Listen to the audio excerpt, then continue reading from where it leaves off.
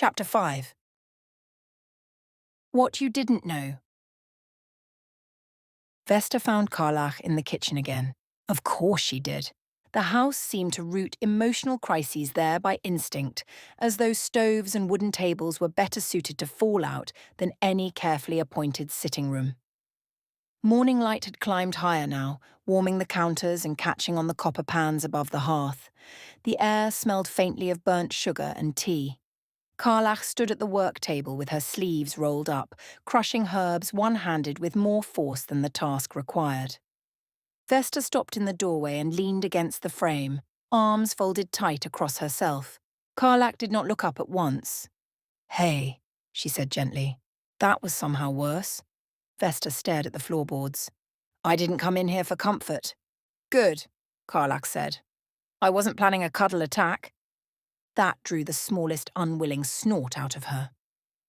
Karlach glanced up then, and whatever she saw in Vesta's face made her own expression soften. "I know that look," she said. "You didn't mean to cut that deep." Vesta looked away. "I meant to cut," she admitted. "Yeah." Karlach resumed grinding herbs.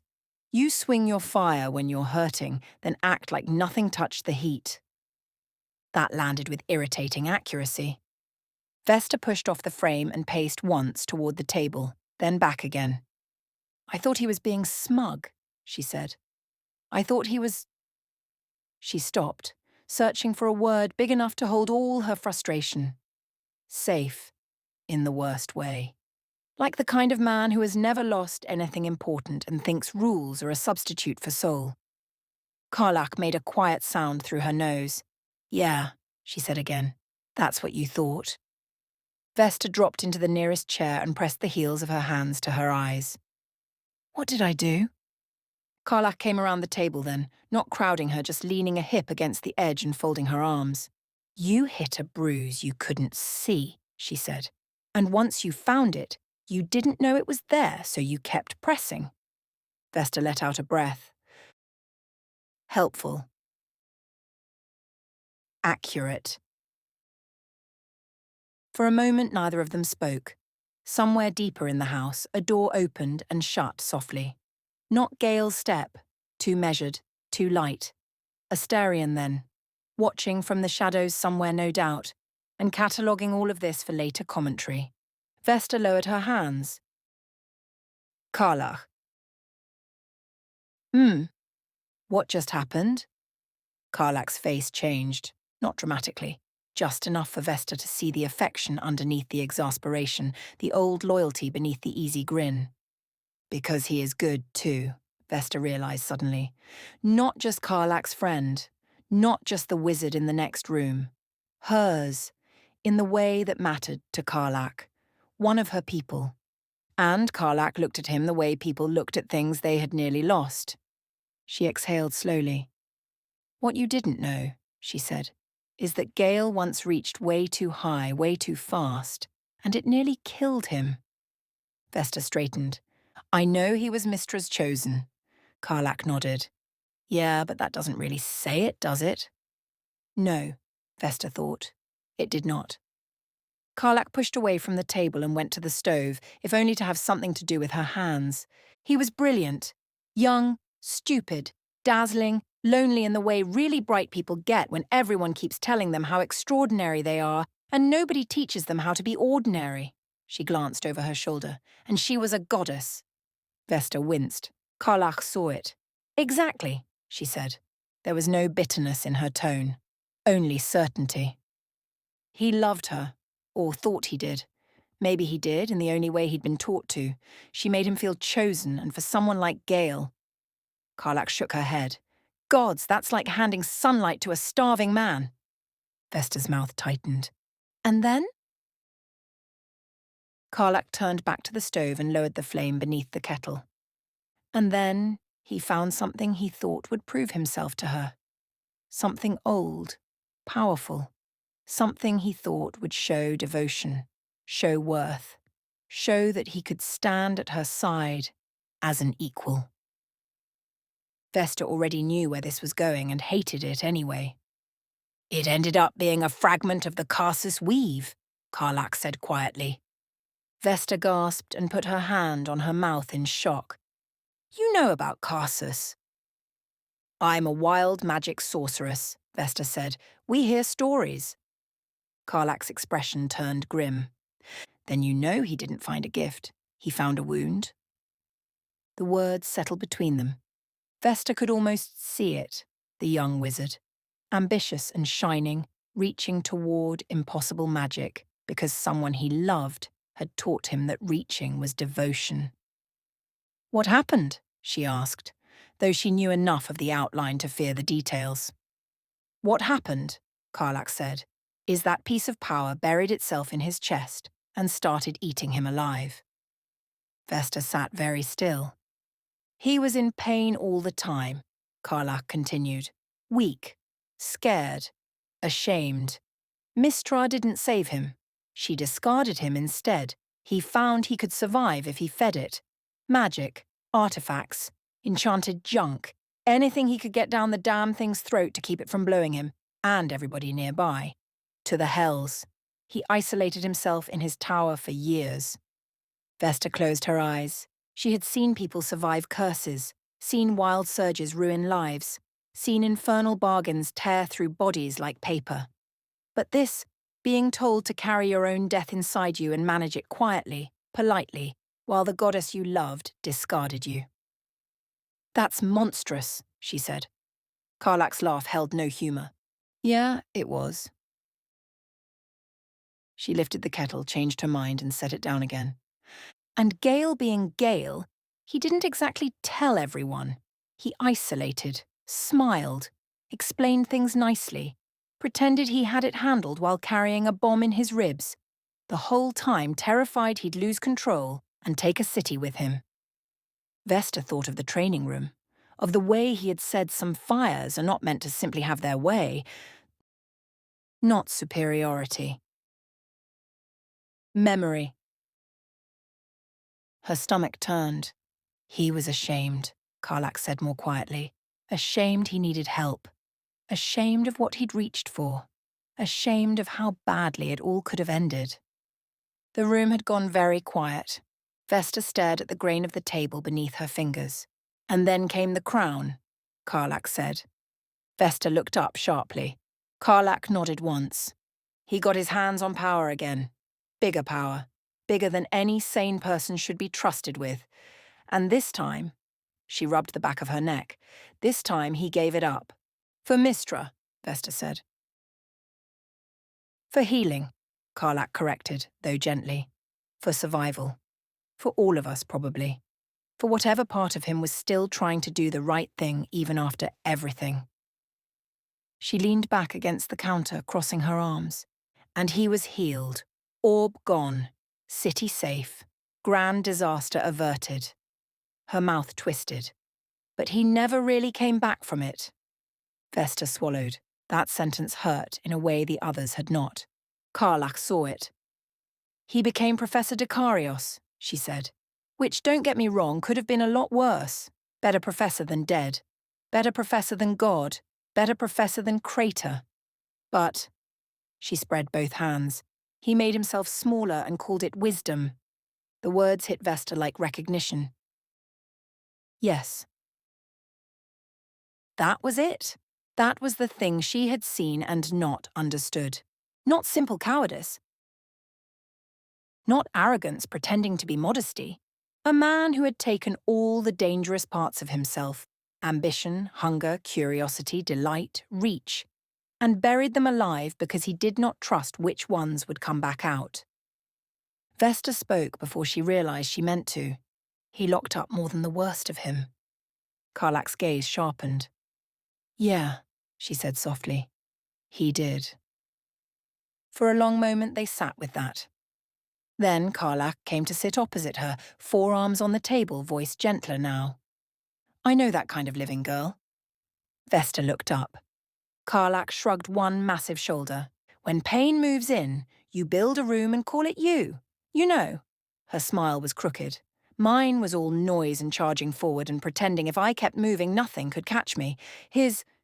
She tipped her head toward the ceiling, toward wherever Gale had gone to lock himself behind quiet. His was discipline. Order, rules, measured everything. Vesta's throat tightened.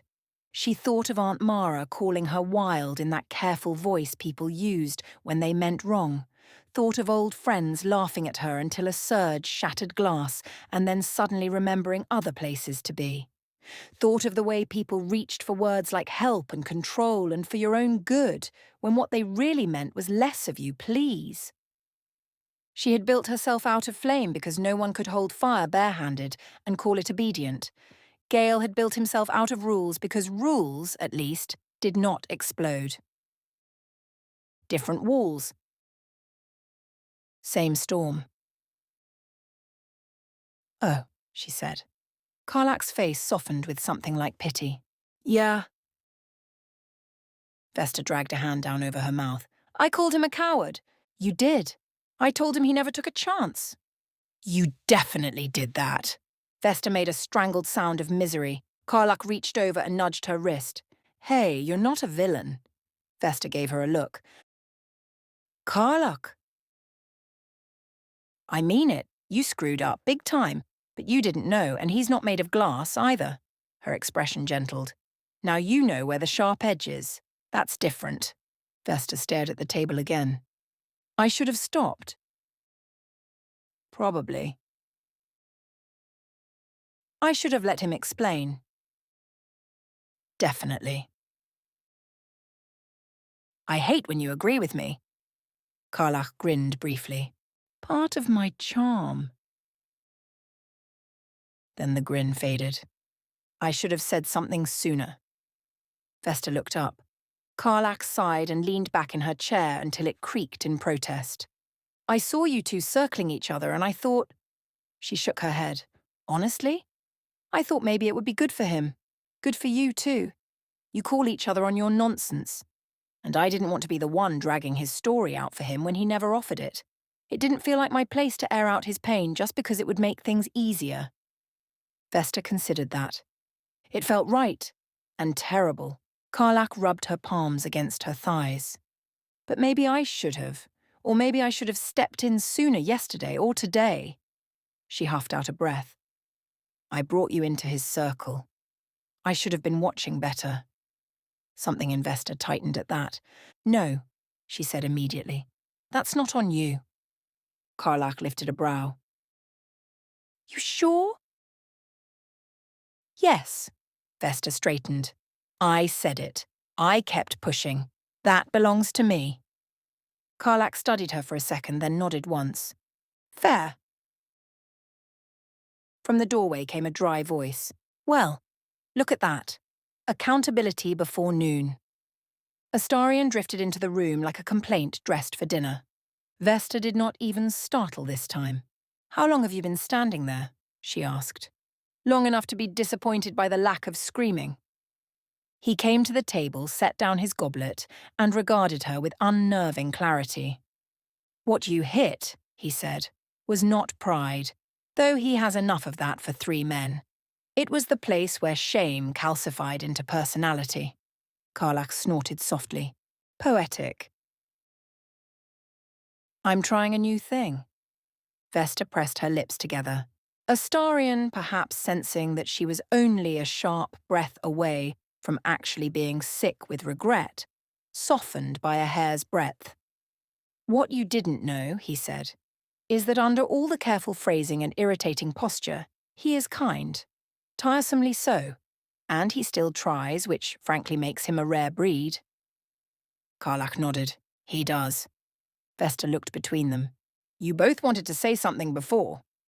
Astarion and Karlach exchanged a glance. Of course we did, said Astarion. But? Vesta asked. Karlach answered. But he's still the one who gets to tell his story. We can explain the shape of the bruise. We can't decide how much of the breaking belongs to anyone else. That was fair. That was more mercy than Vesta felt she deserved. She sat with it a moment longer, then pushed back her chair. Karlach's eyes narrowed slightly. What are you doing? What do you think? Something dramatic, probably. Obviously. Astarion picked up his goblet again.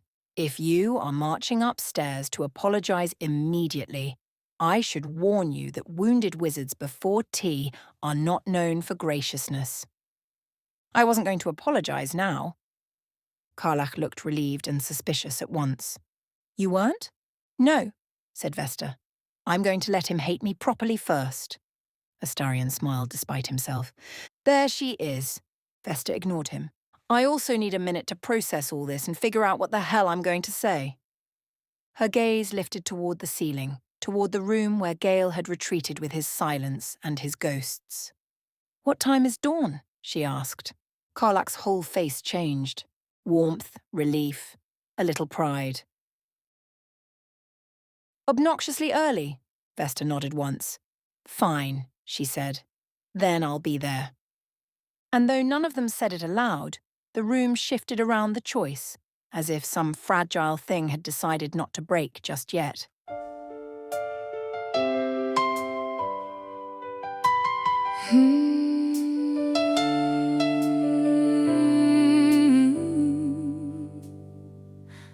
Hey.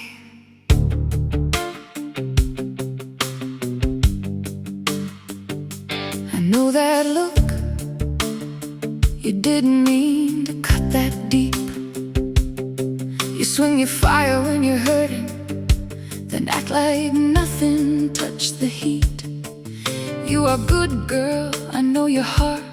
So listen close before you run, because he is good too, and what you hit was not the man you thought you'd won. What you didn't know, he once reached high, too far, too fast, and paid in fear. What you didn't know, he learned to smile while carrying disaster near. What you didn't know, some men survive but never leave the edge behind. So now he trusts the rules, the lines, the only peace he thinks he'll find.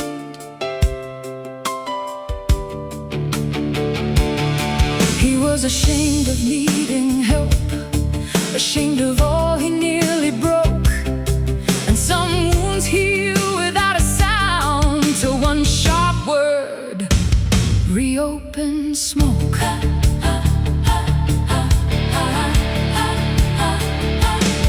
I know that kind of living, girl, you know I do. When pain moves in, you build a room and call it you. He built his out of discipline, you build yours out of flame. Different walls, same storm, same game. So no, you're not a villain, and no, he's not made of glass. But now you know the weight he bears and why your words can't pass. What you didn't know is he is kind.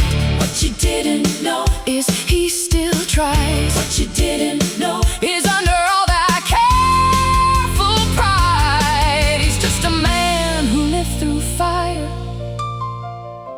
and never learned he survived. What you didn't know